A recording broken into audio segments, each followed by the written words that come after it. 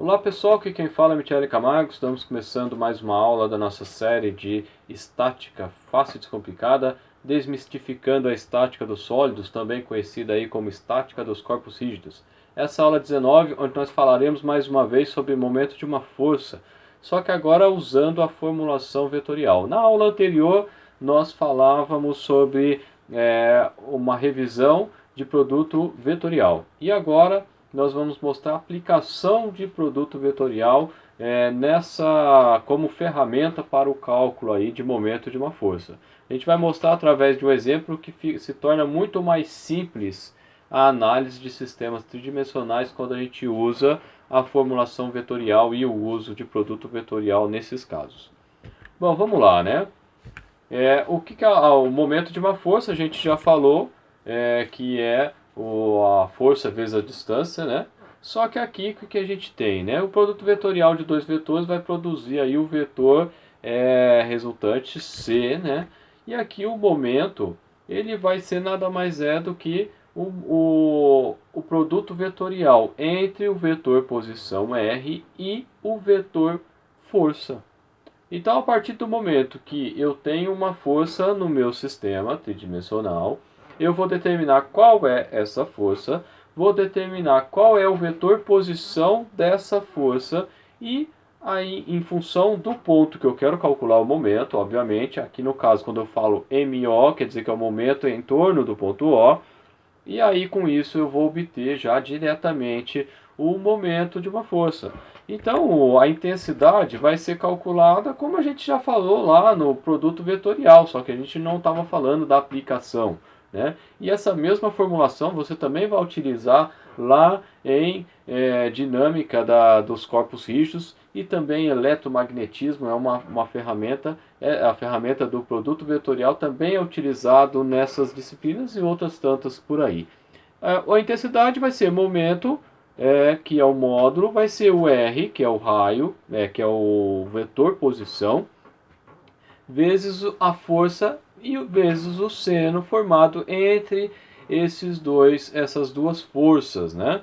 E no caso aqui, de novo, né, o ângulo tem que ser entre 0 e 180 graus. Nós falávamos lá na outra aula que o motivo é muito simples, a gente tem que pegar o menor ângulo formado entre esses dois vetores. E se eu considerar um ângulo maior que 180, vamos imaginar aqui, né, até 30 graus, eu teria 330 do outro lado, né? Então eu estaria pegando o ângulo maior. Então a partir de 180 é como se eu tenho que pegar o caminho inverso. Então sempre vou trabalhar com o menor ângulo. E a direção, a gente já falou, é a regra da mão direita, né? Então, com a regra da mão direita, eu tenho o meu demonstrativo aqui, né? Para ficar mais fácil de visualizar. Se eu tenho o x vetorial y, eu saio do x, vou girando a minha mão até chegar no y, eu obtenho então a direção com o polegar, que seria nesse caso para cima. Se eu fizer o yx, né, o y vetorial x seria para baixo, né? Esse é o princípio aí da regra da mão direita. Mas só que fica muito mais fácil a gente trabalhar com a notação vetorial. Então a notação vetorial a gente monta através de matrizes, se a gente for calcular na unha, como se diz, né? E que eu faço? Eu tenho na primeira linha os vetores unitários de IJK, o equivalente ao X YZ, né? Em algumas nomenclaturas vem Y chapéu, X Y chapéu e Z chapéu, mas é só uma questão de nomenclatura. Na segunda linha eu coloco o primeiro vetor, que nesse caso é o vetor posição, então as componentes do vetor posição. E por fim, na última linha eu coloco a força, né? As componentes da força na sequência x, y, z. E aí se eu for calcular o determinante dessa matriz, eu repito as duas primeiras linhas, e aí o que tiver no sentido inclinado vermelho vai ser positivo, o que estiver inclinado no outro sentido, negativo. Então eu pego tudo que está em vermelho mais, depois eu pego o que está em azul, menos, eu chego no meu resultado final. Como o resultado de um produto vetorial também é um vetor, Para que eu possa obter, então, o meu vetor, basta calcular o módulo do vetor final, o vetor MO.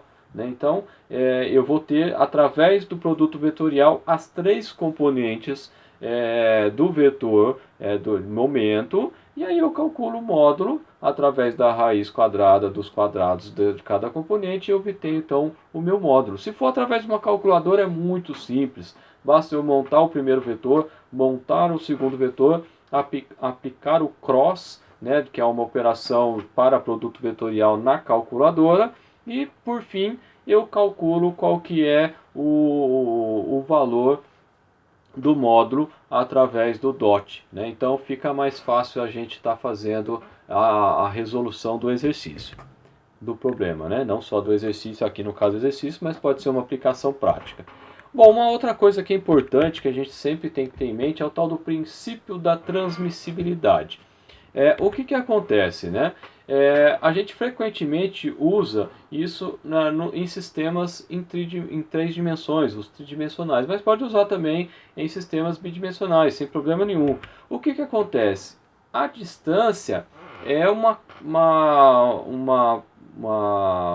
variável normalmente mais complicada de se obter em três dimensões. Então, para isso, a gente utiliza aí o vetor posição, o R setinha, né, a partir do ponto O ou do ponto onde eu desejo obter o momento. Né? Muitas vezes, vamos imaginar, voltando aqui no meu exemplo, eu quero saber o momento em torno do ponto O, que seria a minha origem aqui, o 000. Mas muitas vezes não, às vezes o meu interesse é num determinado ponto do eixo Z ou do ponto X, não importa. Então basta que eu faça, que eu monte o vetor posição a partir do ponto de interesse e aí eu vou fazer normalmente. Então o que eu tenho em relação ao chamado princípio da transmissibilidade? Vamos imaginar que eu tenho uma determinada força.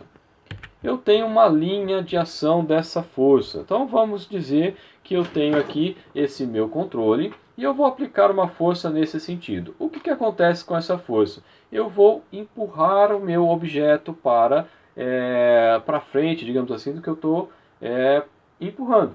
Mas por outro lado, se ao invés de eu aplicar uma força de empurrar, eu aplicar uma força de puxar desse lado, o efeito é o mesmo. Então não importa qual é o ponto de aplicação. Se eu puxar, colocar aqui uma corda aqui e puxar o meu objeto para lá, também não vai mudar. Então é isso que quer dizer o princípio da transmissibilidade. Não importa em termos da onde eu vou estar aplicando, ou ponto de aplicação dessa forma. O que isso quer dizer? Quer dizer que se eu pegar o vetor R1 com relação à minha linha de ação, ou se eu pegar o vetor R2, ou se eu pegar o vetor R3, não importa. Desde que eu pegue o vetor posição que vá do ponto de interesse, no caso aqui o ponto O, até a linha de ação daquela força. Então, no caso do exemplo aqui do controle da televisão, se eu pegar, digamos aqui, que eu estou aqui no meu eixo aqui, né? Está aqui o meu sistema coordenado, está aqui meu controle aqui. Se eu pegar, no caso, vou aplicar uma força nesse sentido aqui para puxar o meu controle. Se eu aplicar uma força aqui, o vetor posição seria do ponto 0 até aqui na extremidade. Se eu quiser em relação ao ponto central aqui do controle, seria um vetor posição que vai do 0 até o ponto central. Ou um vetor que vai daqui até aqui na ponta. Então, de qualquer forma, seja eu empurrar o meu controle na parte final dele, ou na parte do meio, empurrar para lá, ou puxar na outra extremidade, o efeito é o mesmo. E a essa característica, ou a esse fenômeno, digamos assim, é chamado de princípio da transmissibilidade. Aí você fala para mim, e daí? E eu com isso? Daí que, se eu posso escolher o vetor posição, o que eu vou fazer? Eu vou escolher aquele que é mais fácil para mim. É simples assim. Aquele que for mais óbvio. Eu não vou ficar inventando moda. Eu vou simplesmente pegar aquele vetor que é o mais simples de se obter. Desde que eu pegue um vetor que vá do ponto de interesse, da onde eu quero calcular o momento, nesse caso representado pelo ponto O, até a linha de ação da minha força, que pode ser qualquer ponto, desde que seja a linha que seria o prolongamento, digamos assim, da força. Vamos dizer que o controle representa a minha força. Qualquer linha que atravesse o meu controle nesse sentido aqui, ele pode ser usado como qualquer vetor posição que vá do ponto de interesse até essa linha pode ser usado como vetor posição. Neste caso, eu estou usando o princípio da transmissibilidade. É isso que quer dizer. Mas um pouquinho para frente a gente vai pegar algumas situações que a gente vai tirar força de um determinado ponto e levar para outro ponto fora da linha de ação. Aí, quando a gente fizer isso, a gente tem que fazer o que o pessoal costuma falar de carregar o momento. Mas deixa isso para cada situação, para momento oportuno. Continuando aqui então, o momento em torno do ponto O, ele pode ser então o R1 vetorial F, pode ser o R2 vetorial F, ou pode ser o R3 vetorial F. Você fala, mas dá o resultado dá igual? Dá, porque na hora que você aplicar o determinante ali para você obter o resultado do produto vetorial, as componentes elas vão estar proporcionais de tal forma que o resultado final é igual, né? Então é importante entender esse princípio da transmissibilidade, porque ele facilita demais, né? A gente vai pegar o vetor mais simples possível de se trabalhar naquele problema em análise. Fazendo agora uma pequena pausa para alguns recadinhos. O primeiro recadinho que eu gostaria de trazer para você se você quiser baixar o material dessa aula e também de outros conteúdos que nós temos no canal, basta você clicar no link que está aqui abaixo na descrição do vídeo.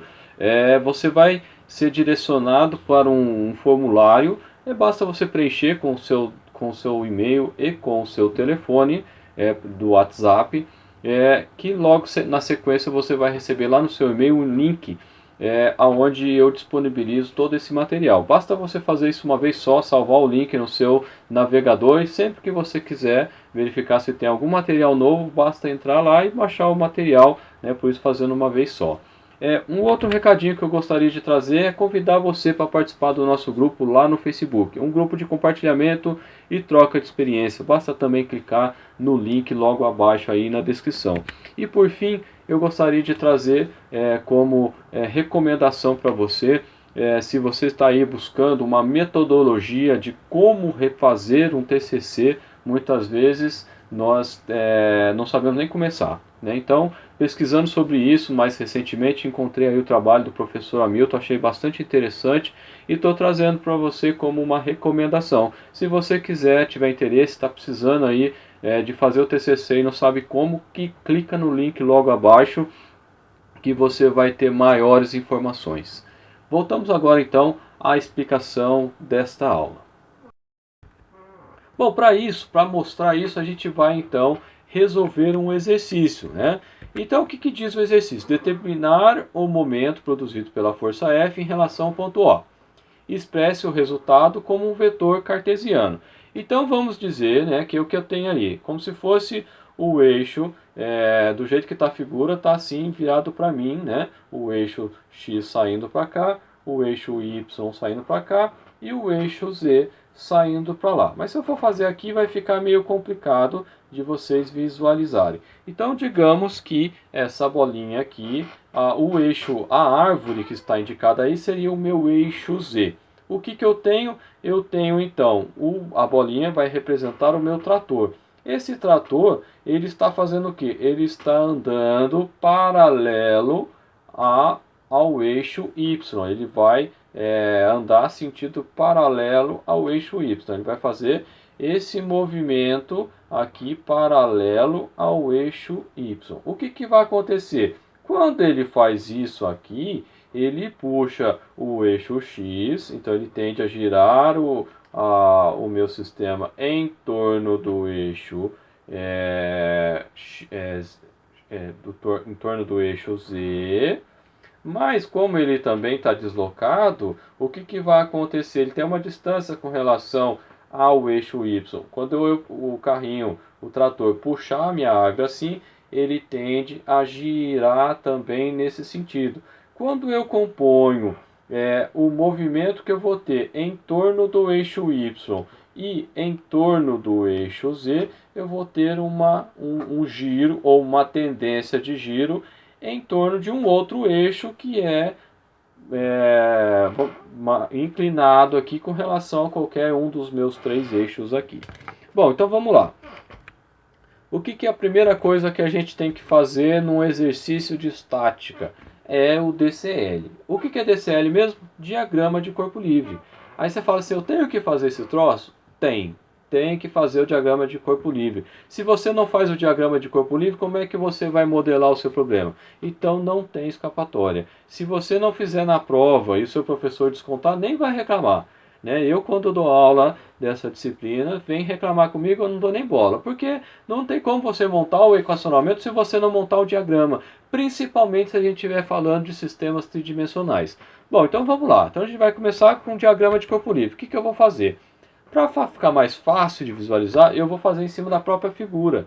Porque a figura ela já está em perspectiva, é mais simples do que eu começar do zero. Então o que eu tenho? Eu começo sempre com os eixos coordenados. No caso, o vermelho vai ser o X, o verdinho, claro, o azul, sei lá que cor que é essa, o Y, e o verde propriamente dito mesmo vai ser o Z.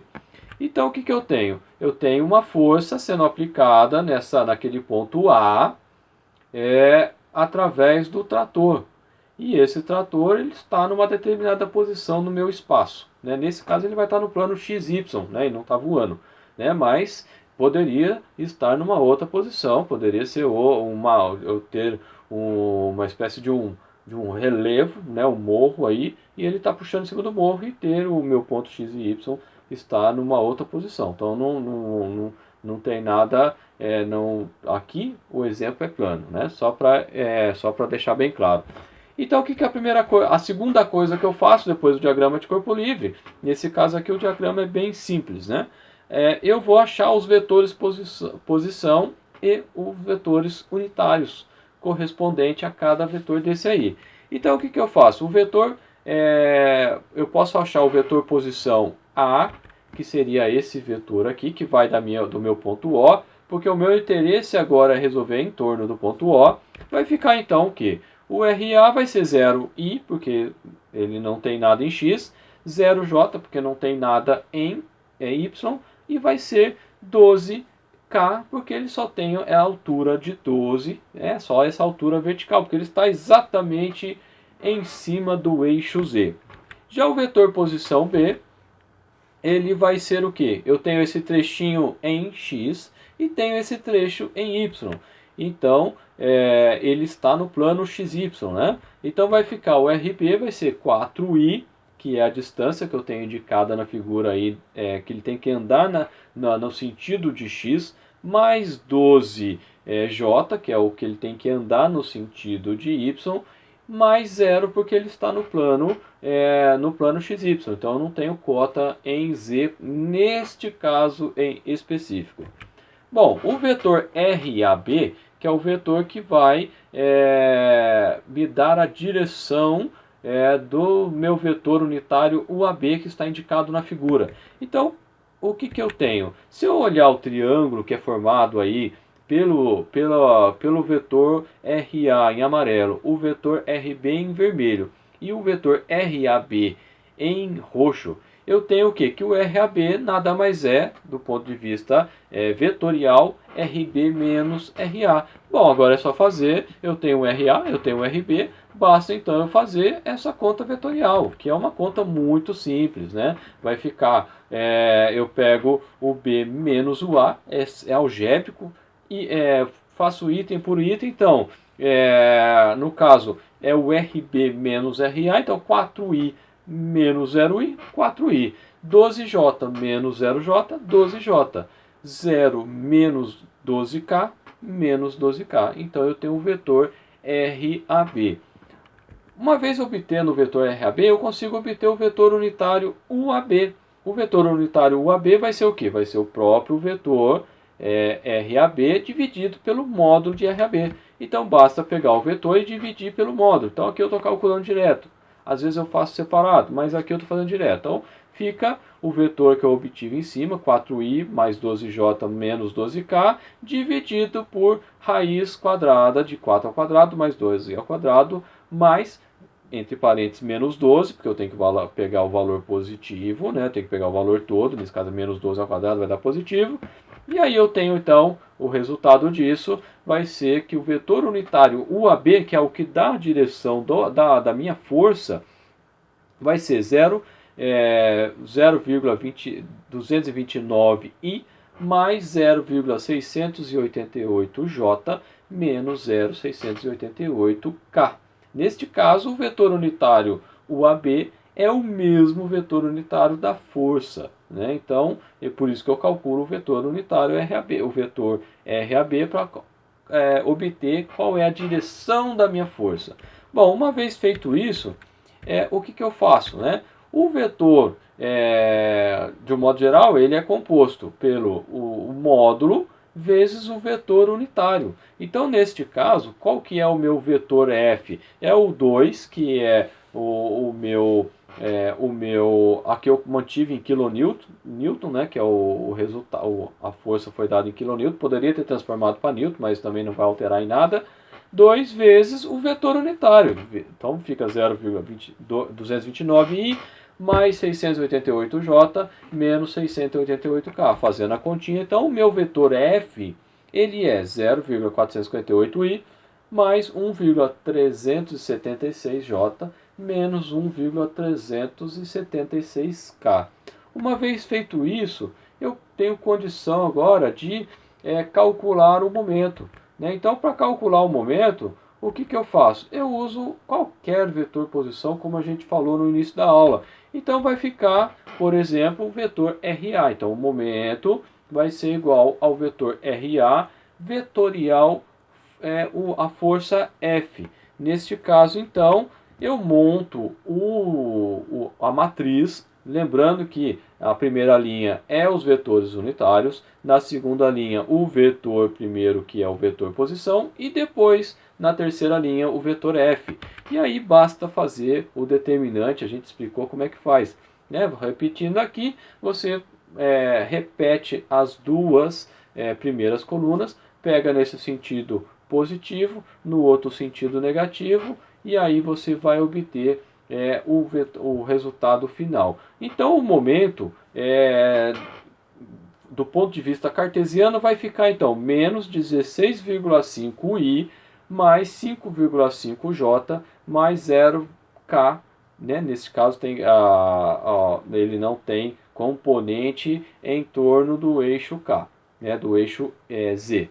Neste caso, quilonewton vezes metro. Por que quilonewton vezes metro? Eu estou multiplicando uma posição, que é dada em metro, vezes a força que foi dada em quilonewton. Se eu tivesse transformado para newton, ficaria newton vezes metro, né? Então é só um múltiplo da força.